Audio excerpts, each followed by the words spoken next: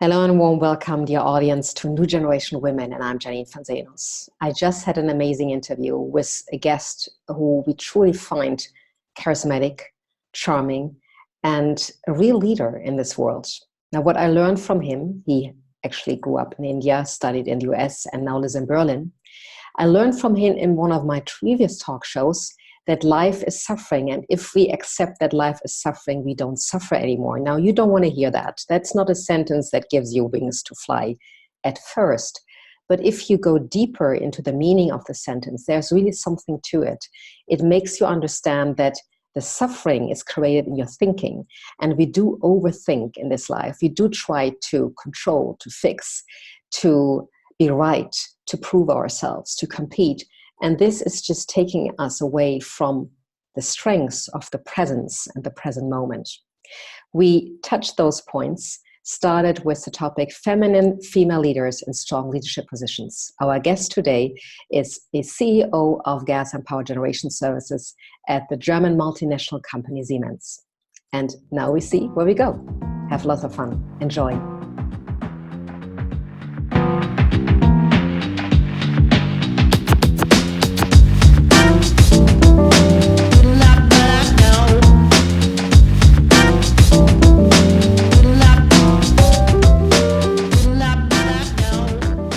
Hello and warm welcome from Munich to Berlin. Warm welcome, Vinod Philip. Hello. Thank you, Janine. Pleasure to be here. So truly nice to see you again and to talk to you. And I know you just came from Orlando, so it's unfair to ask you the questions, are you too tired to do the interview at the moment? Because if you say yes, we do have a problem. No, absolutely fine. I was looking forward to this conversation. So let's go ahead. Okay, let's talk about feminine women in strong leadership position. When I grew up, I definitely didn't have a kind of a female role model. And when I talk with many women in my generation, they have the same. So today that has changed, but it's still very rare to find female role models when it comes to leadership. How would you describe a female role model regarding leadership? I think I like the key word you use. That's feminine leadership and female role models in leadership. Because what I sometimes notice happening is that since I'm in an industry that is very technical and a very strong engineering background is typically the background of many of the executives and managers, what I notice many times are women leaders who have progressed very well, but they have had to compete from the time of their early days in school and college, compete with men, and they want to play the game as men. So they just try to be very masculine sometimes in their approaches. And I always felt that the value of having a female leader is not for her to be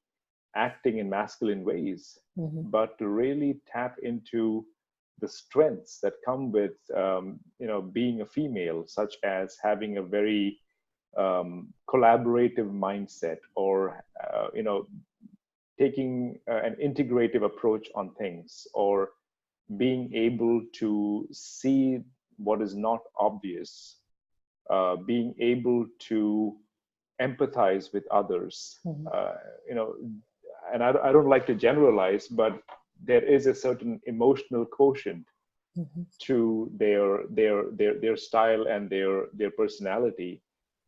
And I think that these are the capabilities that we need in our executive boardrooms. These are the kinds of personality attributes that we need in corporations, and the creative side, the communicative side, the nurturing side, the emotional side.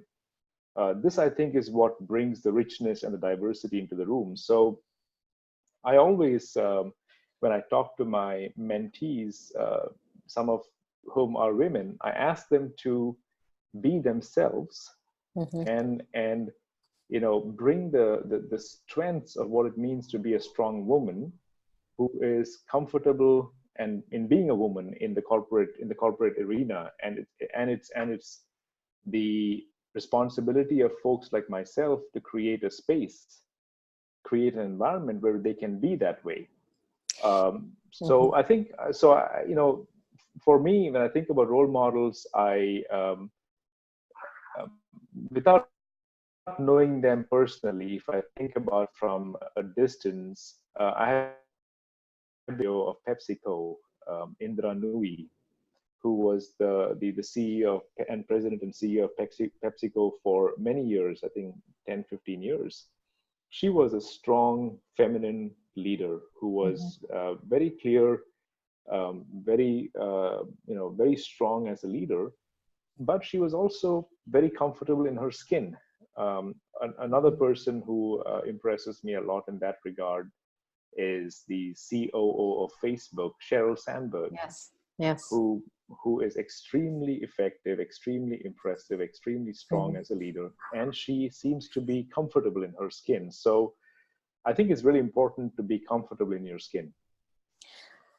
I have so many notes and so many things you scratched upon or you talked about that I want to talk about later in your business unit when it comes to the female leaders in your business unit.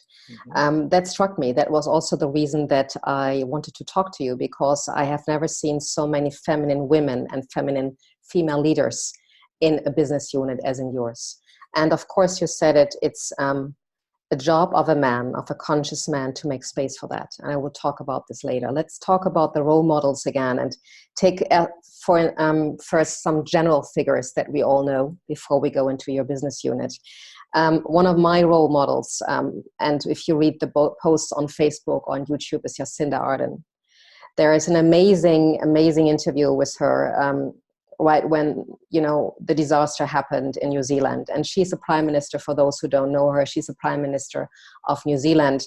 And I still get goosebumps. I mean, there is such an honest way of being interested in human nature. There's this natural compassion, this emotional component that you also mentioned, the mindset of collaboration that you mentioned. So she really does have that. And what struck me was that when I looked on the Facebook posts of this interview, as well as on YouTube, I mean, massive hundreds of posts from all over the world. They wish we would have more leaders than her, wishing that we would have more people we could look up to. And she is one who's really standing out. Now, what you have said in the beginning, this is what is to me a female role model when it comes to leadership. And we have turned into a masculine way of female leadership. For me, I think this is the wounds of my generation. It was one of my hardest jobs while I was working in the business world, to be comfortable as a woman. And I worked a lot with board of directors, I still do, but they never said anything. It was very subtle. It was a very subtle way of staying female and staying women, mostly also being connected to other females in my position. I mean, so many men are saying the same thing. We do have women who became too masculine, but women don't say that. It's the man at the moment who see that. There's some women who wish to see that, but a lot of female leaders who are in leadership positions, they would never say that themselves. It's very awkward. You don't see that very often. And I think the subtle things when I grew up, and maybe some of the women who are listening to us relate to that. I would ask my mother and my partner at that time, am I getting too masculine? Am I getting too masculine? I was so horrified to be one of the women I would see in my generation or seeing the business world. And they would say, Janine, no, what's a crazy idea? But I would always try to stay as feminine as possible. And I know that sometimes I would call coach women and I would say, please listen to your intuition. You can talk with your executive about that. And they would say, it was just a few years ago, no, I'm not saying to my executive, intuitively I feel. I'm absolutely not saying this. And then I say to them, yes, but your executive tells me intuitively I feel. So this is just really minor. Also, when I called myself, I would say sometimes I'm a heart messenger. Now, I had a lot of men who would make fun of that and be really nasty about that. They didn't mean it. It was just a joke on the side. But I would start to narrow that down. I would sometimes see and feel the bigger picture, but I would have a lot of work to make it to make it transparent to others. It was very hard to intellectually sometimes break it down. And the intellectual demand of people in the business world would be so high from females and male that I sometimes would really be exhausted because I could just feel it. I could just see the picture. And I think that is something that in the system was not allowed. Now, when it comes to, and you said already, it's our job to create a system that allows female leaders to grow up in a feminine way. What would you say has to change? Because it's obvious that we still are not there where we wanted to be. And what do you think, what is the big why that there is a kind of stuckness happening in the last years? Yeah, I think one hypothesis I have is this whole notion of diversity and bringing more women into positions of leadership and developing organizations to be better representations of what you see outside, right? Has become, in my view, a bit of a win-lose kind of a discussion, where the incumbents, which are mostly men, or the establishment that is mostly male, has created the narrative that they are losing, or they're losing power, or they are losing positions, or they are losing opportunities because these are being taken or won by women. And I think this sort of a confrontational narrative where it is one at the expense of other could be one of the reasons why there are so many implicit hidden blockers to what's going on.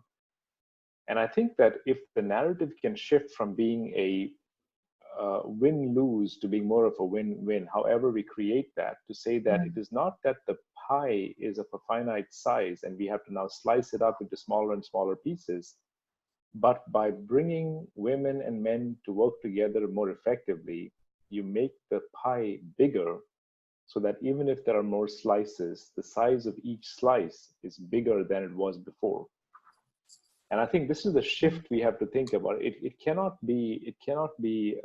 sustain itself in a win-lose kind of a model. And it's not that the men are losing because they are having more women in leadership. It's more, and I think that's the one piece. The other piece is organizations today are naturally tending more and more to realize that the emotional component of what we do is so important. And when I think about it, the key word, let's say 15 years ago, when we talk about business organizations, the key word used to be, what is the vision of the organization? And the word vision, by definition, is in the head. It's you look through your eyes and it goes into your brain. So it's a very analytical word, vision. That is now shifted today to the topic of purpose. What is the purpose of an organization?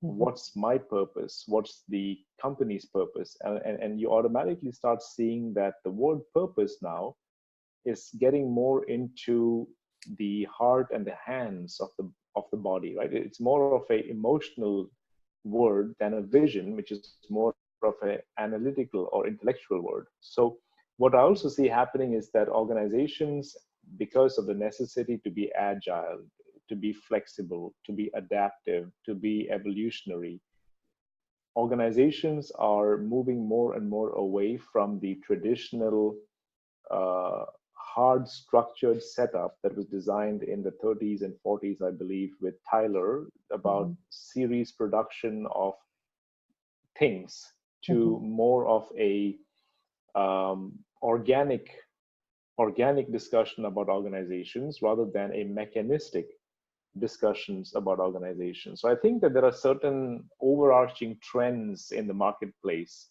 or on the planet that are shifting more and more from a mechanistic worldview to an organic worldview. And we see this in many different, words and concepts and frameworks and distinctions and definitions. So I think that there is hope that the conversation will shift naturally over time from a win-lose kind of a narrative to more of a win-win. And my view on leadership, which I recently, one of my coaches described it to me as effective leadership is about creating and maintaining space for the right kinds of conversations to happen and the right kinds of behaviors to be demonstrated. And that's why I also reflect on that and feel for women, I think there is nothing more empowering than being in a space where they can be themselves. And if I'm able to create that, or me along with my colleagues, male colleagues are able to create that, then I think we just get the best of both worlds. And I see the masculine and the feminine a bit like the yin and yang. You need both. You need both to be able to be effective and be adaptive and be strong. And you just can't do with the yin or the yang. It's the yin and yang, right? So these are some of my thoughts about this whole topic as to why it's a bit of a struggle right now. We come from a mechanistic theories of organizations, mechanistic theories or setups for frameworks for corporations, dominated by men who are now having to give up something. And it becomes hard for people who have grown up in a mechanistic worldview to shift to an organic worldview and not feel like they're losing something. So the other part of creating the space, in my view, is also making the men feel safe, making the men feel like they are not at risk, and making my male colleagues also feel appreciated, not as they are becoming an extinct species. And I think that's the sort of discussion one needs to be having. There was a few years, I think just 3 years ago, there was, she's a top manager at a very large company, and I was focusing on coaching women, and she came always to me and said, can you just bring me the women? Where are the women? They are not taking the leadership position. They are not taking on the leadership positions. And I would talk to them and they would say, I don't want to grow in that system. I don't want to, lose heart. And that system is not appealing to me. So I said this so often, I heard that so often. And as you know, you are a conscious man, but it takes a conscious man to allow that space. And we're still run by a male system where you think, did we actually move forward? Or when you see Donald Trump, did we move back? And Simon Sinek said we do have a leadership crisis. It's not long ago. And we had so many, I talked with one of your colleagues about that, so many leadership development programs in the last years. So much money, so much time went into those directions. And still, and I think, are we kidding? Did we go back? Is there something really moving forward? And there's this consciousness on both sides. And I really like what you say about the win and lose. And it starts also with male, because so often when I talk about empowering women, they say, and men also say that women are not confident enough. Do they have lack of self-worth? There was one coach, he would stand up for training women to play the rules of men. I said, no, that's absolutely don't play you're not going to add on to it. So there's still so much misconception in how we can balance that out. And I wonder if you do have, as a CEO, you have a lot of influence, and you see this very often, how what the CEO radiates, how he behaves and acts, how his mindset is radiating into the team. Always. And there is a truth about that. Is it hard for you? You came also into an environment, and Siemens has a very traditional environment, maybe not the most modern to the outside. If you don't know Siemens, was it hard for you to struggle with obstacles, to make space, to talk with men, to be more open and do their own self-reflection in order to allow another perspective coming in? I remember, and then I come back to you, I remember that in one of the companies, he would say to me, we had almost an argument, and it was about a concept. And I said, this only can work in this way. And he got really upset about that. And he said, okay, Janine, I give you one last chance. And this is your chance. She's going to be a woman. I make you an appointment. But she's a real toughie. So she's really about numbers. So she's really about war. You really have to compete in this. And I got very silent and I said to him, this is not my language and this is not my mindset. And in this mindset, we cannot talk about the concept. It's not about war. It's not about numbers. It's not about being tougher and competing. That's exactly not what the female perspective is adding on to. But so many male colleagues starting to be more reflective. But then when it comes to stress situations, that's just really very human nature. We go back into the old. So what kind of obstacles did you feel on the way? And where do you try to hold the space where male and female stay in this new kind of consciousness?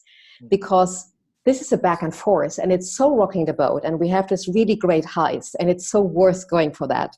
And I experience we have this really deep lows where we feel like, shit, I don't want to sign up for that anymore. You know, it's all going backwards. So how do you experience it? So I have to admit, I've been with Siemens now for since 1997, so 22 years. And either I was really lucky or the parts of the Siemens world I was in were the more progressive ones. I don't know, maybe it's a combination of the two, but I have had very little obstacles or roadblocks coming my way from within the company. I have been very fortunate that a lot of my bosses and mentors have been very supportive. So I think in general, I've had I'm actually thinking about it right now. I can't think of a single case where I was told not to be a certain way or not to be the way I am, all the way to the top levels of Siemens. So I think to me, the challenge I have seen and I have faced for myself is more on the internal side of myself, right? So because what you said is very true. We all have the bright side of our personalities and the dark side. We have our strengths and we have our derailers. And our derailers are those parts of our personality that become visible on the outside when we are under stress, when we are under anxiety, when we are under time pressure, when we are afraid. So as you said, you know, business has got ups and downs in the course of a day, in the course of a week. We have good news and bad news following very quickly. And so my challenge has not been so much so within corporations. My challenge has been to work on myself so that I can keep my derailers at a distance, regardless of what the external situation is. And that's been for me my area of self-improvement and reflection and self-focus is how do I continue to maintain my center and not be triggered by either the intentional or unintentional behaviors, actions, and words of others, and also not let myself be triggered by what's happening in the business world that might be a crisis in some part of the world because a project or a product has failed, or a geopolitical development that has now affected the business, that affects the top line and profits. These things happen. So I think that from a leadership perspective, I have been working more to manage my derailers and my triggers. And you know, there is an excellent book that I just read a few days ago, recommended to me by my boss, called The Art of Learning by Josh Waitzkin. And it's all about managing your triggers. It's all about not getting triggered by something. And so I personally have to say that within Siemens, I've had a very supportive journey up to now, and it may be potentially because my first senior manager when I was just joining the company was a woman, and she was the masculine leader personality or style. But at the same time, we would get to spend some time with her outside of work in team building sessions or in team lunches or team dinners. And we would see another side of her, and we would see her not being the corporate self. So I think I was fortunate that in the early part of my corporate life, I was working for a female leader who was showing me the benefits of that, and I think that formed a pretty deep impression on me that has been carrying me through. But the real challenge for me even today is how to not get triggered into my derailers that then collapses the space that needs to be held, and that's where I spend most of my time working on. Well, not just you. Yes, I can talk about the same. And as I said, some days it works wonderful, and then you think it was so worth it that you learn it. Exactly. And then some days that makes it worse. You know how to disidentify with it, to not go into the emotional pattern or the mental, rat race or mind fuck, as I say it sometimes. But you're right in there. And, I just have a glass of wine then. I just think, just leave it. It's not worth even going there. Because and what you said there is super important. So what you just described with words is, awareness is the first part, where you notice what's happening, and you notice either you are working from a state of fear or you're working from a state of strength and positive energy. Mm-hmm. The second step is where usually we fall short, is once we are aware of something, the second step is to accept it. Mm-hmm. Accept ourselves for our flaws, accept the situation the way it is, just walk away or have a glass of wine. And if the awareness leads to some sort of self-flagellation or some sort of self-beating up, then you go into a downward spiral. But if the awareness is followed by acceptance, to ask yourself, okay, is it okay for me to be out of control right now? Is it okay for me to be upset? And if you get good at saying, yes, it is okay to be upset, and it's okay to be human, and be kind to yourself, I think that's the piece that really helps you do more with the awareness, so that your awareness is helping you become better versus your awareness is helping you become more fearful. I am also coming back to the beginning of what you're saying, and then coming back to the practice of awareness, which is my daily business also. I mean, I do this. I now manage to put aside 1.5 hours a day, and I really do keep it to do just my awareness practice and my meditation. But I didn't come easy. I would do my practice, and I would listen to my kind of study program while brushing my teeth. And I would always end up brushing my teeth, and it just took a few minutes, and I did forget already about the beginning.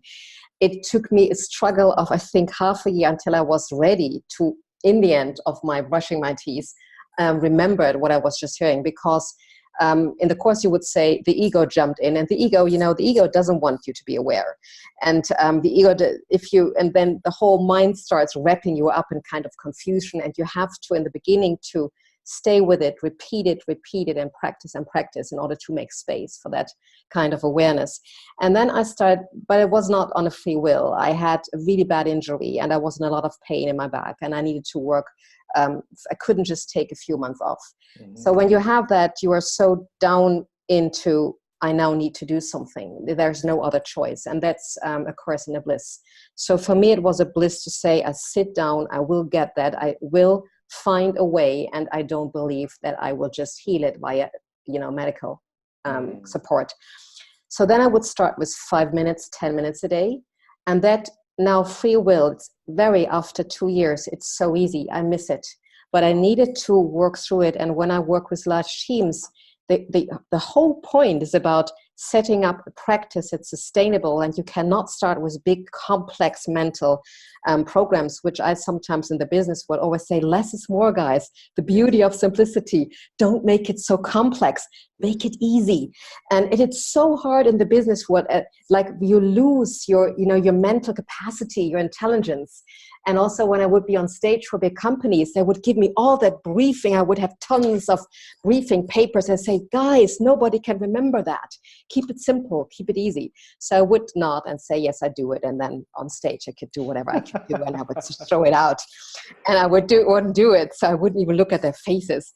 But there is this kind of, I'm losing my capacity of prove myself if I'm not intellectual. It cannot be so simple. And that's also when the ego jumps in and tells you, oh no, Janine, we know it cannot be that simple. Oh no, it has to be complex. Oh no, we have to prove our money as consultant coaches, as HR, to show you a lot of PowerPoint slides. And I just had, and I have it so often when I work with the board and when we do presentations for the team or for public media, I would always tell them, what are you really thinking? It's still going, in 18 years, it hasn't changed. And then it's really amazing. They've become warmer, and more open-hearted. But then I would ask them, and then they would talk off camera. And I said, this is exactly what you're going to say when the camera's on. No, I cannot say this. I said, yes, exactly. That's what you can say. It's very human. It's very approachable. So first, when we sit outside, there's a kind of bar atmosphere. They're very lively and they talk. Then we go inside the coaching room with a camera. And the whole personality changes. I mean, these are two people. I call them Thomas Müller. And then Thomas is outside and Mr. Müller is inside the coaching room. And I said, and it's still the case, and then it takes a lot of work to make them human, to don't go into old behavior patterns and start just talking and not make it so complex. But on the monitor, they see it themselves. And this is, I think, what's happening very often with businesses when you say, we get it, but then, and we understand it, and it's, in theory, it is so great. And it made 50 PowerPoint slides, really great. And we all are so convinced about it. And then you ask people, so what did you really get? Now we make it concrete. Now we go into an example. And you think, this is where you are? Because it's so human. And what I always say, to make it sustainable, you do need to practice on a daily basis. It doesn't go with one workshop, it was one great retreat or summit, or bring people together in a team building meeting. Then the work starts. And that's what I see for me. And from my own transformation, I can say I knew so much before. I had been on a conscious journey, 20 years ago. But the minute I started to practice daily 2 years ago, that's when the transformation happened. Before, it was all in my mind. It was all blown up, but it was not in my practice. And it's so easy. I mean, the mind is so quick and so powerful in both ways. It is so easy to go back to your old pattern. It's so easy when you're stressed or when circumstances in the outside are coming. And sometimes, to say the last, people come and they do run into team building meetings, and they come and had a bad night's sleep, or young kids, and not a lot. They do have more caffeine and more coffee and more, and then they're reading the news, they're listening to the news in the car. So that you come up with all those shock elements of tension and craziness and insanity in the world. And then you say, I'm ready. I'm now ready. No, you're not ready. Just don't spiral it. And I see this. Of course, it's happening for male and female alike. This is a global human topic. And because we are in such a global spiral, and the digital transformation is happening so much quicker than we can catch up with it. We need to have a lot of space and a lot of strong personalities, such as you, who hold the space. I totally agree. I think that is one of the most important situations to live what you're talking, because people in the team notice that. They're looking for that. They don't hear the words the CEO says. They feel what's between the lines. And it makes it either credible or absolutely unauthentic. And, oh yeah, let's go for a wine. But if people do get across, and this is what I saw in your business unit, and I'm talking way too much, so I come to my question. You are very lucky. you are extremely, how I perceived you, extremely smart. So that, of course, in a world that makes you extremely credible, also in your peer group and also in, your in the board of directors group, there's this quickness and smartness that I see. And at the same time, you do seem to have a balance of your own yin and yang in yourself, because we all have it. It's the yin and yang that we have in ourselves. So there's this extreme yin component in you that is allowing, that is giving room, and that is the art of listening. Not just the art of learning, but the art of listening and capturing and really being interested in a human being. Now, I don't see that so often. You come in as a learner, you don't come in as a knower. And a lot of colleagues come in as a knower. They need to prove themselves. And it takes a lot of awareness and being okay with who you are without proving, without competing. And that's a big transformation. And also in women, because we have a different history, my generation just started, there is still this old mindset of, I have to prove myself. I have to show what I know in order to, I think, otherwise I'm not going to be taken for seriously. And we had, in your company, there were two really wonderful managers. One is a leader from Australia. The other one is a leader from Germany. One is a man and the other is a woman. And with my partner, you know him, my dear heart, Sebastian, we both after the interview said, this was really vice versa. The man acted like a woman and the woman acted like a man. And this is what's happening very often. And I think because men can feel they can allow more at the time to let the yin out. And for women, they have to relearn again to be themselves. So when you say, yes, I want women to be themselves, holding the space with your colleagues is one topic. And then the second is making women being aware when they step into a male, more young-oriented personality goal setting and behavior. Would you agree, or would you say that do you see it differently? No, actually, I see it very similarly, and there was a lot you said there that resonates with me. I think it's absolutely, as you said, we all have the masculine and the feminine in us. Mm-hmm. And it's a question of which one you decide to suppress. Mm-hmm. And it is perfectly fine for the male mind to allow the feminine side to come out from time to time. And it's perfectly fine for the female mind to allow the male side of their personality to come to the front. And I think that in a good, high-performing team, this sort of masculine, feminine energy in the room will flow. And I think you need both. Mm-hmm. You need both to be truly effective, because there are virtues on both sides. And so I agree with you that there has to be this awareness. And there is so much you said. I mean, even this aspect of, let's talk about a behavior or a practice, mm-hmm. right? Mm-hmm. Just the practice of the male colleagues to not interrupt the women colleagues mm-hmm. when they speak. Mm-hmm. It's such a small thing, but it is such a massive sign of respect. Mm-hmm. It is such a massive sign. And then, in order for the male colleague to not interrupt, they have to let their feminine side come to the front. Mm-hmm. And by giving the space to the woman to finish speaking her mind, however long or short she wants to be, gives her the confidence to start stepping up, which is the masculine side coming to the front so that it can lead differently. And I think it's all somehow very intermingled, and it's really cool what you said, pick a practice. Mm-hmm. And just focus on that one practice. And very quickly we will realize that in order for us to just stay on that one practice, a lot of other dimensions will have to be worked on as a consequence. Mm-hmm. Mm-hmm. Right? So if I have to not interrupt, mm-hmm. then the mm-hmm. next thing is, what do I do with the time that I'm not interrupting? Mm-hmm. I can have two options. I either daydream or I really focus. Mm-hmm. If I have to focus, then how do I focus? I need to train my mind to not wander when I'm not speaking. Mm-hmm.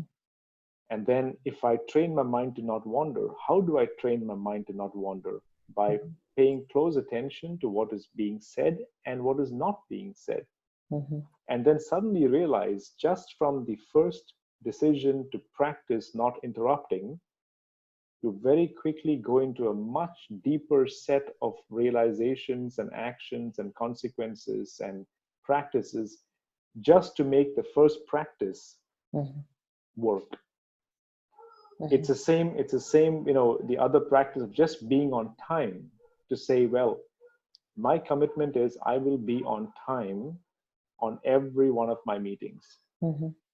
The moment you make that commitment to be on time, Mm-hmm. in order to be on time, you will have to get more organized. You will have to Mm-hmm. free up time between meetings. You will have to prepare better.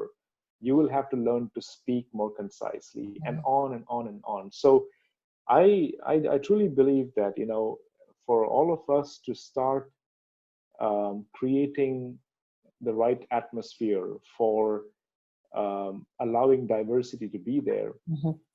it there is no right place to start. There is no objectively right place to start. It is all about just picking one practice Yes. and holding it. Yes, I absolutely, because if you really do this one practice well, everything else falls into place. It has That's to, right? it has Yeah. to, yes. And there's just one, my mentor, and I mean, he is triggering me so much. Of course, that's what their job is. And sometimes, like, oh, have mercy on me, please. Today, have just mercy on me. Just showing up in presence, meeting the moment fully. And what you said it so beautifully, and I love, it resonates so much, because this is my practice right now. Just show up fully and be in the present with whatever you do and with whatever you're sitting. And then somebody says something, and as long as you're in resonance, it all goes well. But sometimes it triggers something, and then you see your mind spirals to a whole different point, and the other person's talking, but you are, and that spiral can go so quickly. It starts with, maybe he talked about something to eat, and you say, oh yes, I'm hungry. And then it can spiral to a point that your life sucks. You can Exactly. spiral so quickly into this mind cinema or mind fuck. I have to say it sometimes so straight, because it really does create suffering. It takes the energy away from collaboration, from true collaboration. And this is what I observed in you, and we perceived, like the ones who know you. And when we talked about that, where I think you are very lucky having that, and also I hear you practicing it, the presence. You show up in full presence. And to have somebody in a leading position holding the space and showing up in full presence is so rare. Because if somebody is showing up in full presence, it eases up the energy so much. And what people do want, they want to be heard. And showing up, somebody is in presence, so he is not needy.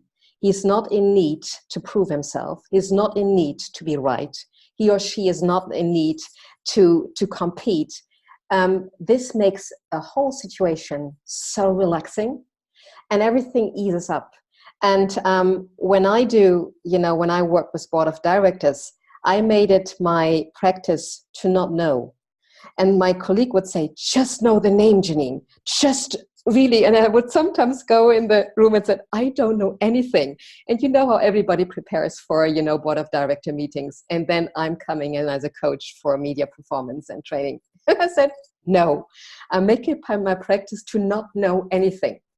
And sometimes I would make it a joke that I would call him a different name, and they would be irritated. And I said, what was your name again? And they would always think it's a joke. And it was not a joke.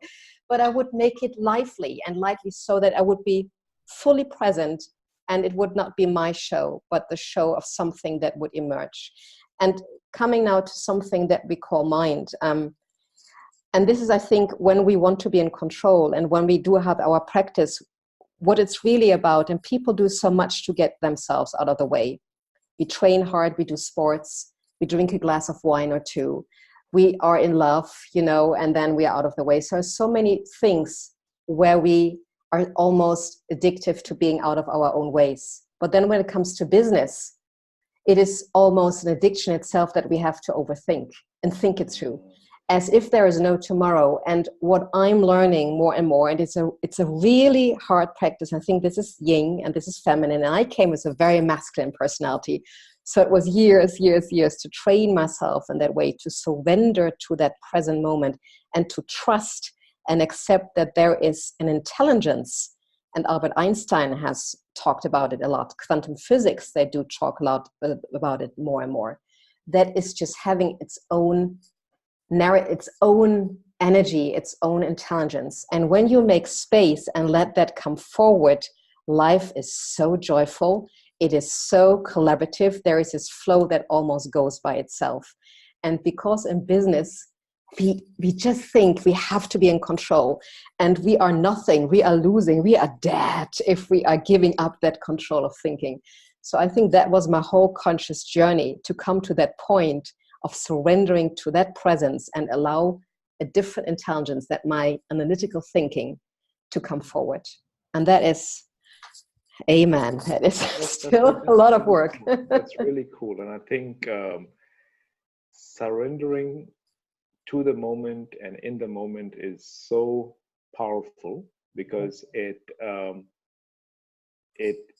allows things to emerge. It allows things to appear, and it's very counterintuitive, because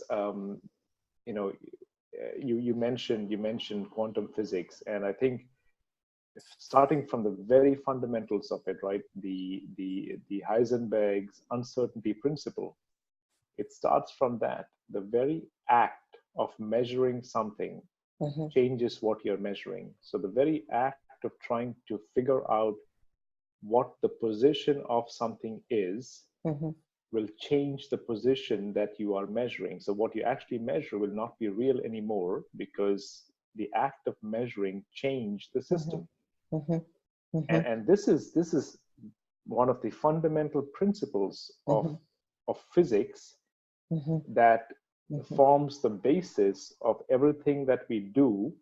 And if everything that is supposedly hard and fast and real and physical in the world today is founded on the uncertainty principle, then it is no surprise that life is uncertain, and everything is uncertain. And therefore, by just surrendering to that fact that it is uncertain is extremely empowering, and allows you to live in your skin. Yes. I also think I was in India once, and maybe these are the beautiful roots of growing up in India, that there is dealing with the unknown and dealing with the uncertainty versus us in our culture. It has to be known, it has to be in control, it has to be perfect. And if I don't know, I didn't do my job. I mean, for many years, and still does, for board of directors, for top managers, not knowing, it's like, it's failure. And you have initiated also and supported the Failure Hero Award, and we talked about perfection. And I think this is all, and I made it my practice to say, everything wouldn't be good enough. I said, just complete, Janine. Don't think about perfection, just complete. And it would really move the energy forward. And also stepping into the unknown, and the way how I've been brought up, that was a very rocky way the first years of my life. So I had to work it to be more comfortable with the unknown. And also I had a lot of proof that out of the unknown, something beautiful would come up. It would still be some practice I needed to do, because I like to know, I like to have goals. But my life was so much teaching me. I mean, life is teaching you what you need to know. And just pull everything apart. I would it would go 10 times, 100 times, until I would not be so shocked anymore. And trust, and this is the second big thing, surrendering, accepting, trusting. And when it comes to business, I mean, talking about surrendering, trusting, accepting, patience, process, that's not very sexy. And when I would talk, I have meetings and said, guys, you have to honor the process. There is a process. We cannot go from one quick solution and fixation to the next one. in between, there's a process, and you always have to go back to zero if you don't honor that. But of course, it's not sexy. And of course, in human nature, we need to hit bottom a couple of times. And I do think that, and coming to the end, because I did promise you, and we are already extending, that we don't extend time, also valuing and be mindful of family time after Orlando Friday night.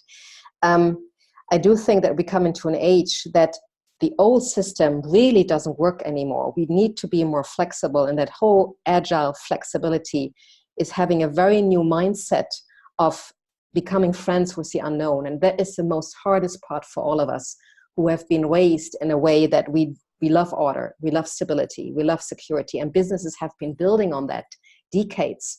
And suddenly everything changes. And I do think that people are learning in their awareness practice to have an inner anchor, to have an inner strength and an inner safety that a company and a government cannot give anymore.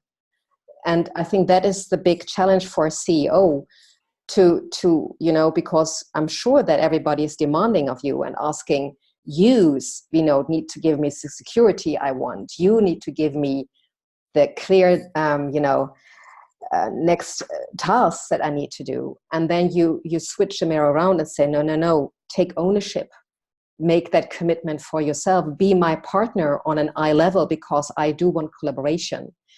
And I do think, coming to an end, I said it already to you once, and it always seems like I'm bragging or I'm slimy, but I really mean that. I really am, from the bottom of my heart, completely convinced that it would be so great to have you and your business unit stand out as a lighthouse, not in order to brag or be arrogant, but to be of service to all the people who are not on that. Because I think there is a gap, and you are already a step ahead with your business unit and with the way how you're leading, and with the women in the position who are leading. There is a femininity they do have. So to make that a lighthouse and make that of service to others so that they can learn from that. I still promote the idea. I know you get bored. She said, oh, Janine, you come with that again. But I'm really convinced about this. I'm so convinced about that. Really, I am. You cannot be what you cannot see. If I wouldn't have been trained by US and would have stuck in Germany, where we can get very tight, I would have never become that strong woman that I am today. I needed to have the inspiration, the strength from my training in America and in Great Britain. I do see Jacinda Ardern, I do see Brené Brown, Elizabeth Gilbert, Michelle Obama. I do see those women who have pulled me again forward. And I think the same is for you, that you have certain people in your life. So I'm absolutely convinced that we just walk each other home, and that we pull each other in our storytelling, in our sharing forward. And that's actually our job in this world. Very well said. Thank you so much. Thank you so much for this beautiful and wonderful interview. And I wish you a wonderful weekend, downtime, peaceful mindset. And I hope you have, I always say to parents, well-behaving kids. Beautiful, well-behaving kids. I mean, this is a dream, I know. But let those moments spread this weekend. Thank you so much. Thank you, Vinod Philip. That was New Generation Women. That was Vinod Philip from Berlin. That was Janine van Zeeners from Munich. And wherever you are, have a soulful rest of your day, and hopefully until soon again. Bye.